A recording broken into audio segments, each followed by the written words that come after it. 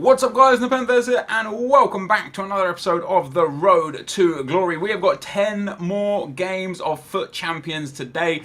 To kind of cut the video a little bit shorter, I've missed out applying most contract items, most fitness items, because I did use fitness from time to time. I'll explain why in a second. But I've also missed out buying a couple of players. What I've got in tomorrow's episode is me selling all of the players. So you'll see who I bought, how much for, how well they did. You'll see some new players in these teams and you'll be like, wait, I don't remember him having him. For example, I bought Kovacic, I bought Andre Schürrle,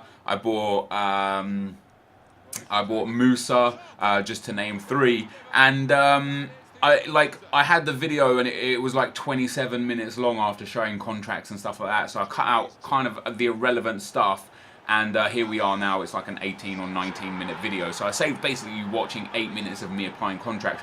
In the future, I'm actually going to be applying contracts through the web app because it's much quicker. It's 2 clicks of a button and you can just apply it. Because I use the bronze contracts, of course, it's easier. However, throughout this, I did actually start using my gold contracts. I just got lazy. I was really pressed for time to play 40 games on this account and also 40 games on my main account. I ended up getting through 77 games over the weekend. I didn't play 3 games, and those 3 games were for this account. And the reason I didn't play them is because once I finished playing, I got to a point where I then could not reach the next level. Even if I won all 3 games, I wouldn't rank up. So I decided to stop playing. And that was a mistake. And the reason why that was a mistake is because there are actually monthly leaderboards that I didn't notice until afterwards, where you finish in a monthly rank as well, which is far more difficult to get into the higher echelons of. And those wins could have come in handy. For example, it's 22 wins, I believe 22 wins to get into silver, 25 wins to get into silver 3, and it's 16 wins to get into bronze 1 over the month. And I have, I think, 22 wins altogether through this account at the point where I gave up.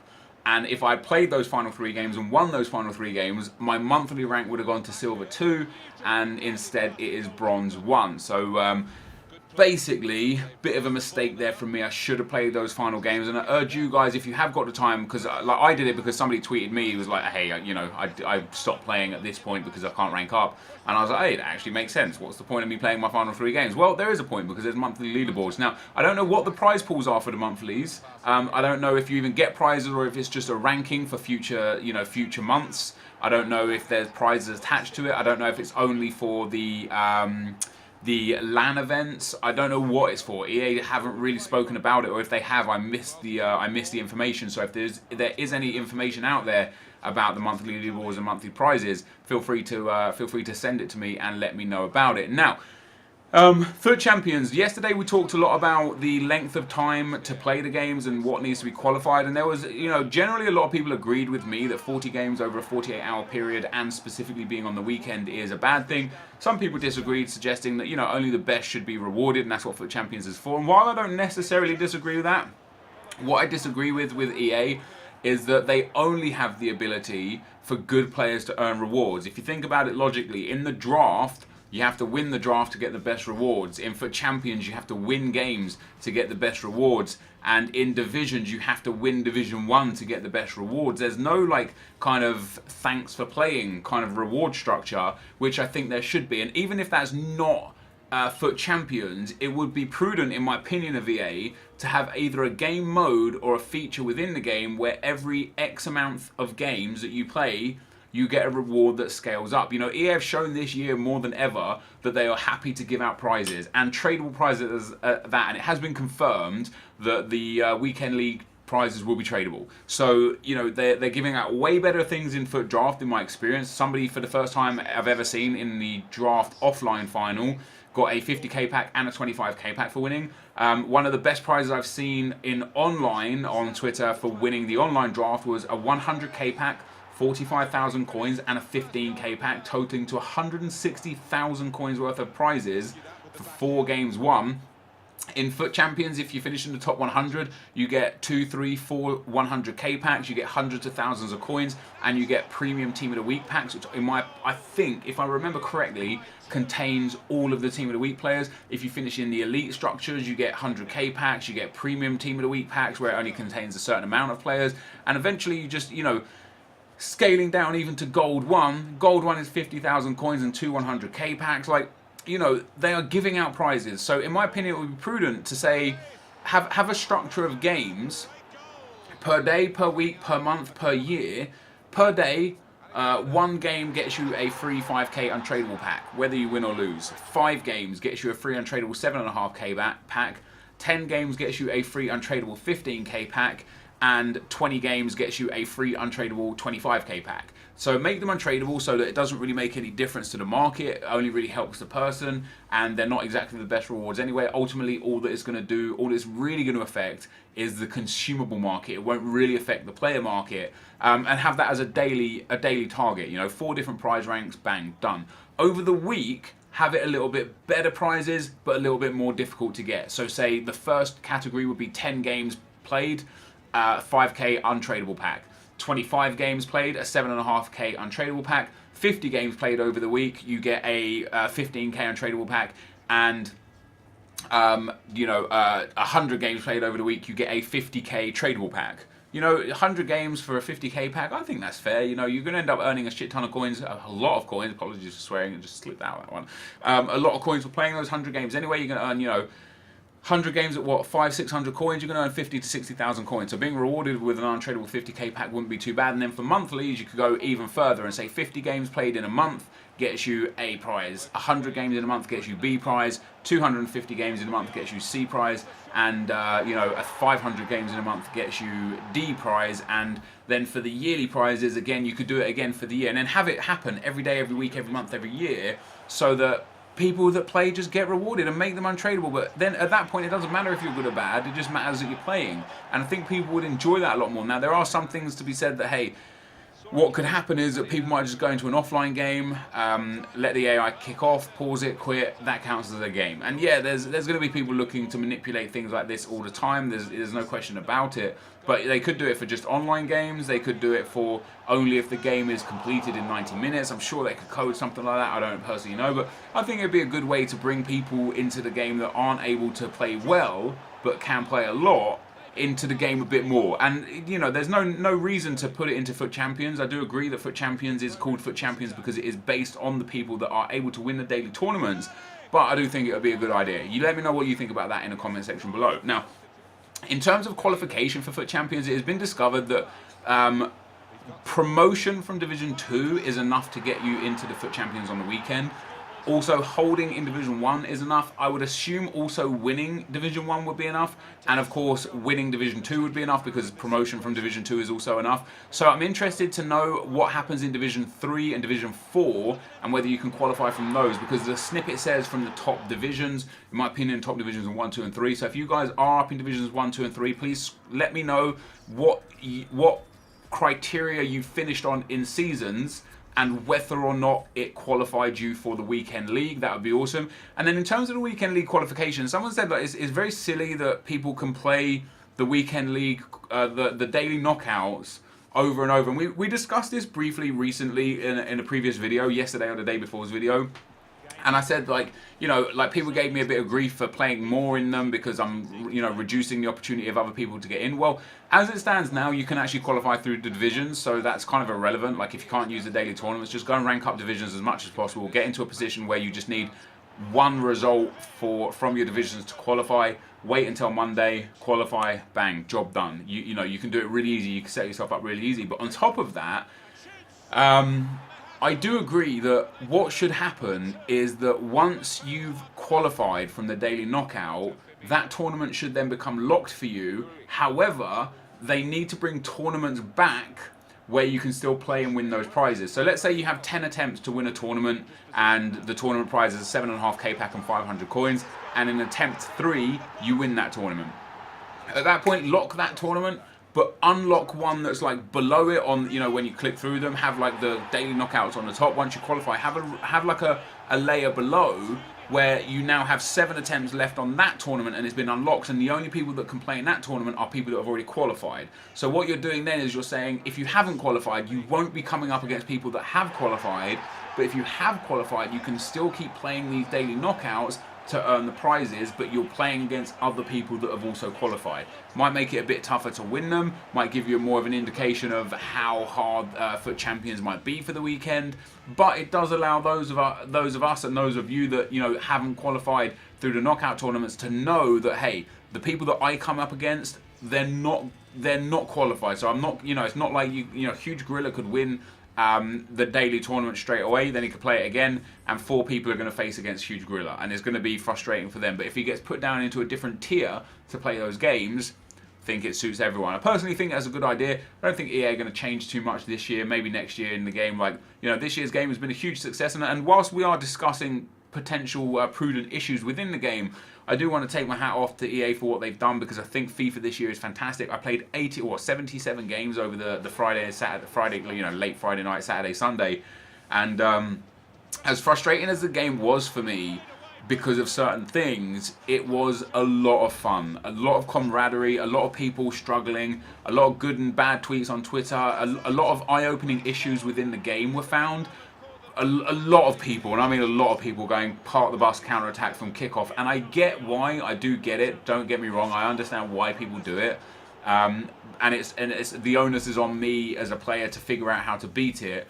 But it is frustrating when you go into a game and you instantly see their defense just move back to their box, and you're like, oh god, here we go again. It's frustrating. However, one thing that I noticed within this game, for me personally, to try and get better as a player, there's 2 things that I do wrong, or two or three things that I've noticed myself doing wrong. The first thing that I'm doing wrong is I'm defending really poorly. I know it's been a characteristic of my game over the last few years. I'm not the best defender, and quite a lot of the time it's my attacking that saves me so many times.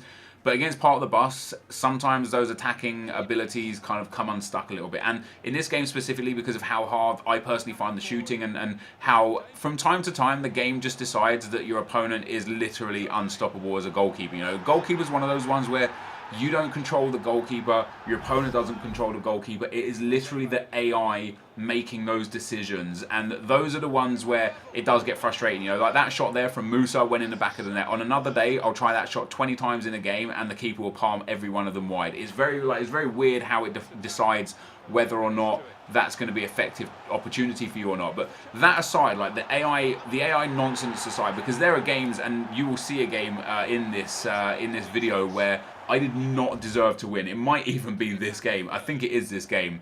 I just didn't deserve to win the game. My opponent absolutely smashed me, and my goalkeeper just pulled off wonder save after wonder save. That's not me. That's not my skill beating my opponent. And that, you know, I wasn't the better player. I scored a couple of goals, which really obviously got me back into the game. And we went to penalties, and it was indeed this game. And I beat my opponent on penalties, but I didn't beat him because I'm a better player than him. And he didn't lose because of poor defensive options or poor this or poor that. He lost because on this day, the AI decided to say that my goalkeeper was going to be inhuman. And I don't necessarily think that's great, but you will win and you will lose games off of that. So that kind of, in my experience, that balances itself out a lot, right? But I noticed that my defending is really weak, and as I say, it's one of the characteristics of my game in general over the last few years. My defending hasn't been the best. And what I tend to do personally is control my defensive line, switching between them, trying to aggressively take the ball, and it's bad. And I'm watching my gameplay back, and this, like playing in this has made me such a better player, but not playing this necessarily, as you can see the stats there, he dominated, absolutely smashed me. I felt so bad. I actually messaged him after the game saying, you deserve to win, like, you know. Playing in this has made me a better player, but because you played so many games in such a short space of time, there wasn't time to analyse and think about what was going wrong. It was, okay, I've lost that game, god damn it, let me move on to the next one. And there wasn't time to kind of like, you basically like progress as a player. However, through editing up to the 30th game, which is what we have today, I look at my goals I concede and I think, why did I do this? Why did I do this? Why didn't I do this? And you'll see as a theme with me conceding goals, it's because I'm controlling one of my back 4 and I move them out of position, leaving a gap. And then because I've got a gap, I panic, so I then switch and control another one of them and try and cover that gap, leaving another gap. And what happens is I end up pulling all of my defenders way out of position, making it super easy for my opponent to get in behind and create chances.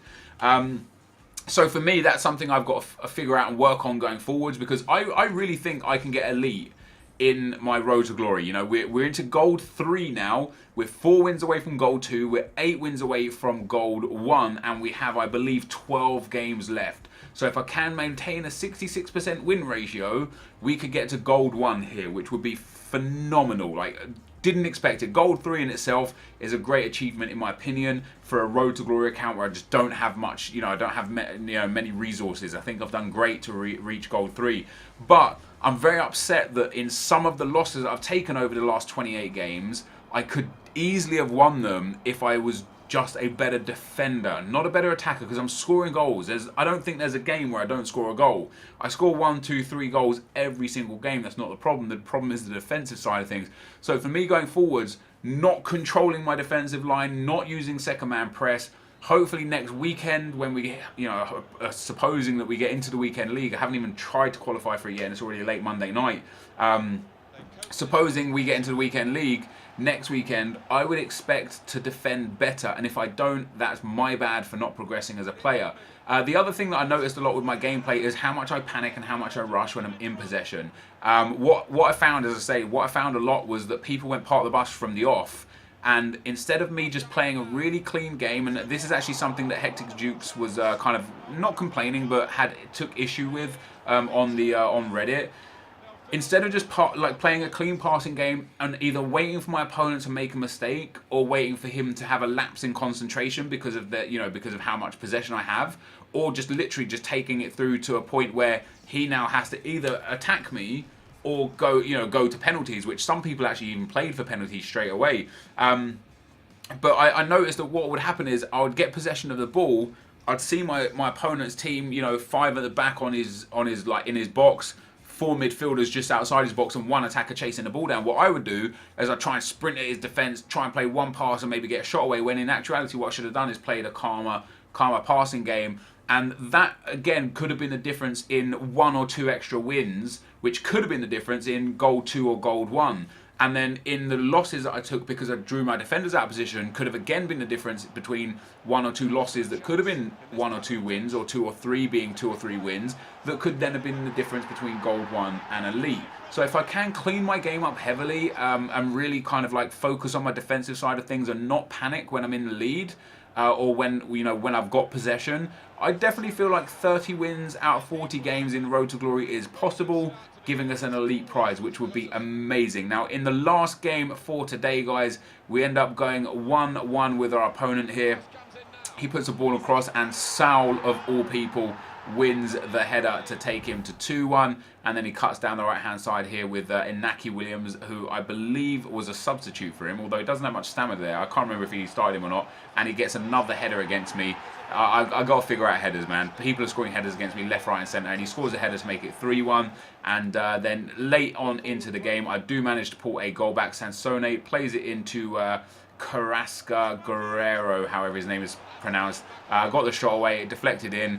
We go 3-2 down, pull it back to 3-2, but unfortunately I wasn't able to make the best of my chances, and I wasn't able to get back into the game. And you can see here from this game, this is one of those prime examples where my poor defending, and because my shots are from really good spots there, my poor defending and his lucky AI goalkeeping has been the difference between a win and a loss. But we're in gold 3 right now, guys, which is 30,000 coins, 2 mega packs, and 1 25k pack, which is awesome. We still have 10 games remaining.